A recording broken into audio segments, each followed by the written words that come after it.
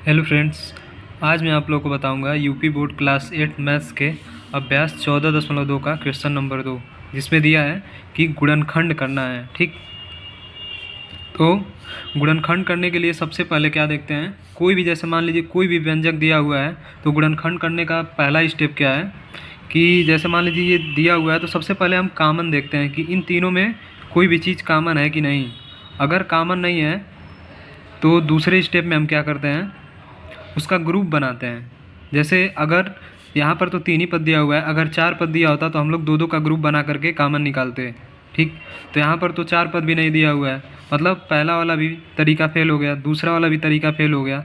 अब तीसरा तरीका क्या है कि बीजगणित में कुछ फार्मूले होते हैं, जैसे a+b के होल स्क्वायर का फार्मूला होता है, a-b के होल स्क्वायर का फार्मूला होता है। ठीक, ऐसे a² - b² का फार्मूला होता है, और भी बहुत सारे फार्मूले आप लोगों को आगे पढ़ने को मिलेंगे।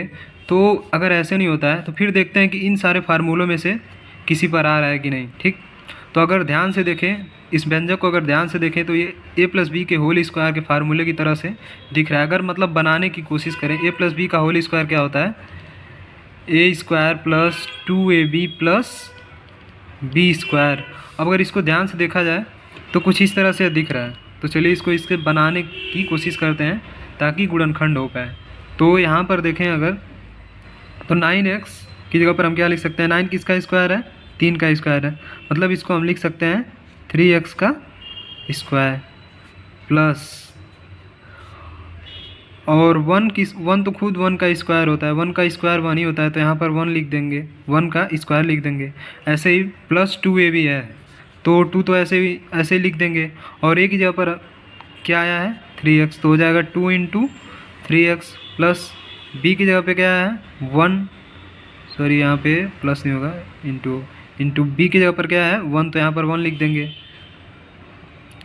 ठीक, अब देखेंगे अगर ये इससे मैच कर जाएगा तो ये इस फार्मूले पे होगा, मतलब देखते हैं 3 दूनी 6, 6 कम में 6, मतलब 6x इसकी वैल्यू आ रही है टोटल, और यहाँ भी 6x दिया हुआ है, और एक ए हमने किसको माना है 3x को इस सवाल में, और b 1 को माना है, मतलब क्या हो जाएगा 3x + 1 का होल स्क्वायर हो जाएगा। ठीक, यही आपका क्या हो जाएगा, यही आपका आंसर हो जाएगा। अब नेक्स्ट क्वेश्चन देखते हैं। नेक्स्ट क्वेश्चन क्या दिया हुआ है, 4c² - 4c + 1।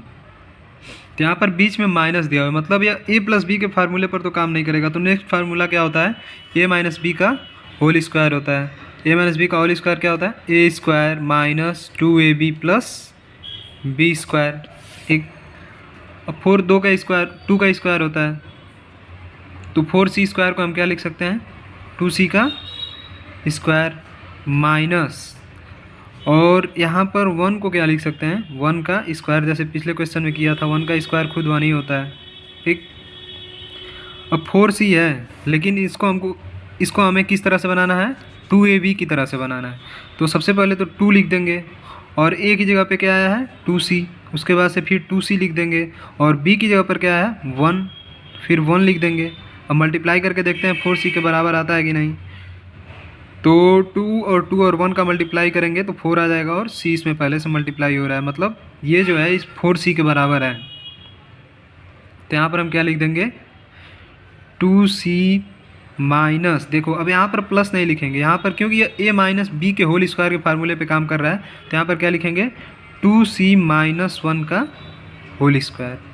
ठीक, अब नेक्स्ट क्वेश्चन देखते हैं क्या दिया हुआ है, 36x² + 60x + 25। अब यहाँ पर अब आप लोग देखोगे तो बीच में क्या दिया हुआ है, प्लस दिया है, मतलब यह a+b के होल स्क्वायर के फार्मूले पर काम करेगा। तो इसको a+b के होल स्क्वायर के फार्मूले पर लाने की कोशिश करेंगे। तो 36 किसका स्क्वायर होता है, 6 का स्क्वायर होता है। अगर 6 में 6 का मल्टीप्लाई करेंगे तो कितना आएगा 36।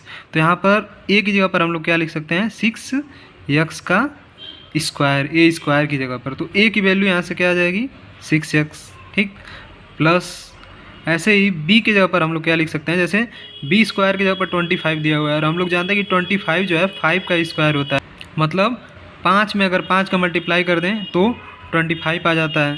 तो 5 का स्क्वायर क्या हो जाएगा 25, और इसको 2ab की तरह से बनाना है।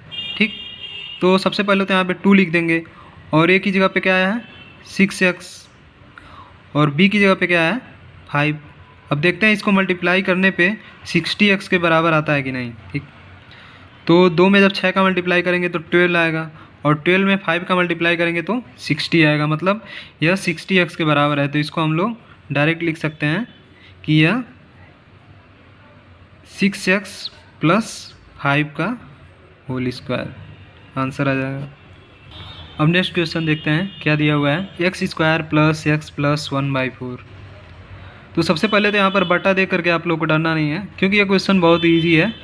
बाद में बीच में आकर के कट जाता है और यहाँ पे एक्स बहुत आराम से आ जाएगा। ठीक, जैसे 1 का स्क्वायर क्या होता है 1 होता है। ठीक, और 2 का स्क्वायर क्या होता है 4 होता है।